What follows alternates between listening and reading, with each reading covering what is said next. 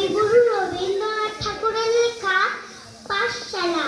পাঠশালে high তোলে মতিলাল নন্দী, বলে পাঠ এগোয় না যত কেন মন্দি। শেষ কালে একদিন গেল চুরি গঙ্গায়, পাতাগুলো ছিঁড়ে ছিঁড়ে ভাসালো মা গঙ্গা।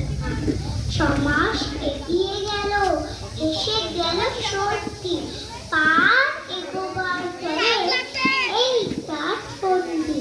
নমস্কার। এবারে জিয়া জিয়া হয়ে গেল অগ্নিভা দত্ত। ভোট অগ্নিভ দত্ত। পরবর্তী আরাধ্যা ঘোষ, তুমি প্রস্তুত থাকবে।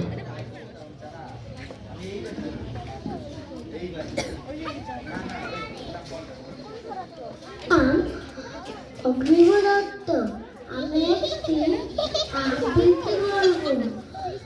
আবৃত্তির নাম